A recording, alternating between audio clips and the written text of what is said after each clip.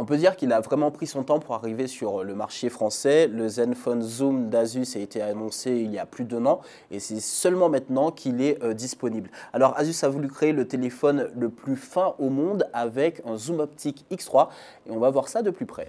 À première vue, le Zenfone d'Asus a l'air grand et gros, mais en fait, il n'est pas si lourd que cela. Il pèse 185 grammes pour un écran de 5,5 pouces, quand un iPhone 6S Plus pèse 192 grammes pour la même taille d'écran. Niveau design, il fait très haut de gamme avec son aluminium autour et sa couverture en cuir, et cette petite protubérance qui, on pense, doit aider à mieux saisir l'appareil. Il y a surtout une chose que l'on remarque évidemment, c'est son capteur 13 mégapixels qui domine l'arrière. Pour le reste, le Zenfone Zoom fonctionne sous Lollipop, mais pas la dernière version. Bref, c'est un téléphone, mais attardons-nous sur ce qui doit être la révolution, ce fameux zoom.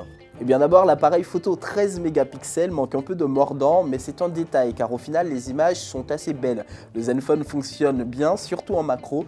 L'autre bonne nouvelle, c'est le stabilisateur optique, car c'est bien connu, quand on zoome clairement ça bouge un peu plus. Là, même avec mes mains tremblantes, j'arrive à prendre une photo réussie. Le déclencheur est également bien situé en bas à droite, ce qui permet de prendre des photos facilement et rapidement. Cependant, il y a un temps de latence assez conséquent lors du zoom, ce qui est dommageable quand on dit faire un téléphone dédié à la photo. Et puis, il n'y a pas la possibilité de filmer en 4K, c'est quand même déroutant quand on a un objectif aussi gros.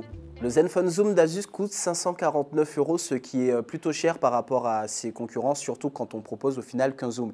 Et puis on peut se demander si pour le commun des mortels qui dépose en masse des photos pas forcément soignées, pas forcément professionnelles, s'ils ont forcément besoin d'un outil aussi puissant.